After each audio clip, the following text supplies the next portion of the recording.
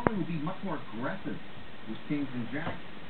Maybe he's afraid of the ace on board, or he just might be slow playing his kings and jacks in his mind. Very deliberate is Jason. Yeah, I think he would take like 5 minutes to make a 3-minute egg. 140,000 is the bet from Jason Lester.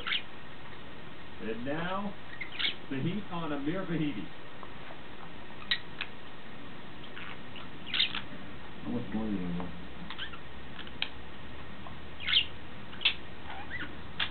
That's right. So he checks on Jason Lester's chip count, nearly 300,000. Amir thinking about putting Jason in harm's way, perhaps.